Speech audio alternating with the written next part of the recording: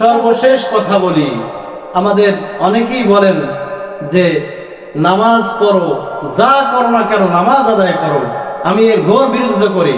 এই কথার দ্বারা কি বোঝাতে চায়? একজন মানুষ যখন নামাজি হবে, ওই মানুষ তখন চিন্তা করবে, তাহলে আমি যা করতেছি, আরে ওলামারা তো বলতেছে যা করো করো, নামাজ পড়ো, সুদ খাও নামাজ পড়ো, ঘুষ খাও নামাজ পড়ো, তুমি জিনা করো নামাজ পড়ো।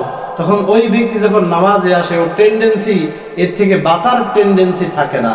এই জন্য এই কথা আমরা যদি আমভাবে বলি যে তুমি যা করো করো, নামাজ আদায় করো, এই কথা বলার কারণে আজকে সমাজের দিকে তাকিয়ে দেখেন যে ওজনে কম যাচ্ছে, নামাজও পড়তেছে আবার ওজনে কম দিয়ে যাচ্ছে। শুধু 1-2 দিন জন্য না, 60 বছর ধরে নামাজ আদায় করতেছে। এই 60 বছর ধরেই সেই ব্যক্তি দোকান দিচ্ছে, সেই দোকানে ওজনে কম দিচ্ছে। এর কারণ কি?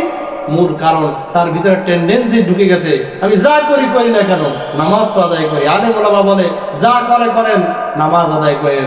একদিন ঘটনা বলতেছিল একজনের, যে এক ব্যক্তি দোকান দিয়েছে, দোকানে যখন বসে তখন মাথায় টুপি থাকে না, আবার দোকান থেকে উঠে যখন নামাজে যায় তখন পকেট থেকে টুপিটা বের করে মাথায় দেয়।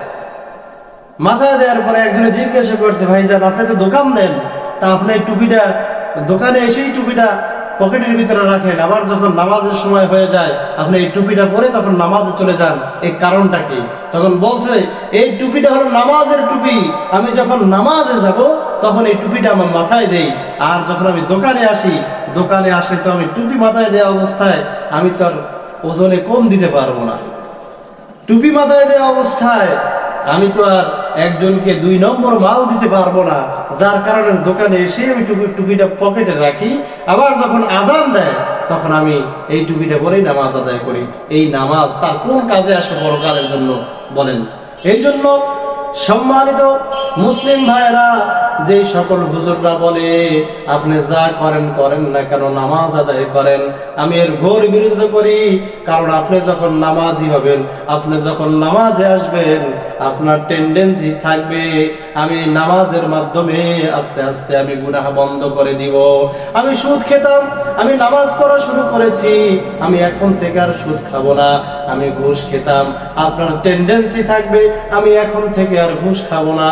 আপনি ওজনে কম দিতেন, যখন থেকে নামাজ পড়া শুরু করে দিয়েছেন তখন থেকে আপনার টেন্ডেন্সি থাকবে আমি এখন আর ওজনে কম দিব না।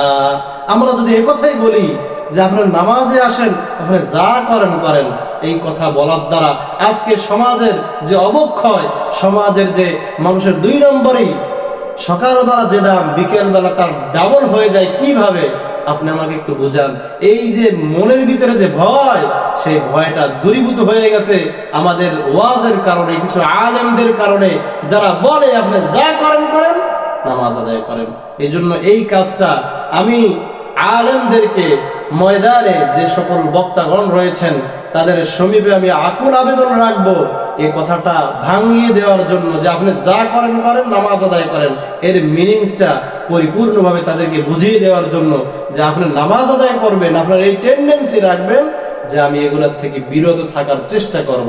তাহলে আপনাকে আল্লাহ তাআলা যে বলছেন, ইন্নাস সালাতা তানহা আনিল ফাহশাই ওয়াল মুনকার, আল্লাহ পাক রব্বুল আলামিন যেই কথা বলছেন সূরা আনকাবুতের ভিতরে 21 নম্বর পারার 1ম নম্বর পৃষ্ঠা, আল্লাহ পাক রব্বুল আলামিন বলছেন, নিশ্চয়ই নামাজ মানুষকে অশ্লীল বেফাহেশা কাজ থেকে মানুষকে ফিরিয়ে রাখে।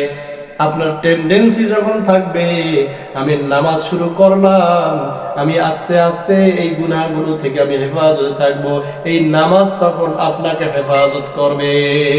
আর আপনার টেন্ডেন্সি থাকে আমি নামাজে যাই, আমাকে মানুষ মুসল্লি বলবে, ইমাম সাহেব কি বলবে আমি তার মুসল্লি যদি নামাজে না যাই, মানুষ, এলাকার মানুষজন আমাকে সম্মান দেবে না। আর ইমাম তো বলছেই আপনি যা করেন নামাজ আদায় করেন, পরকালে পার পেয়ে যাবেন।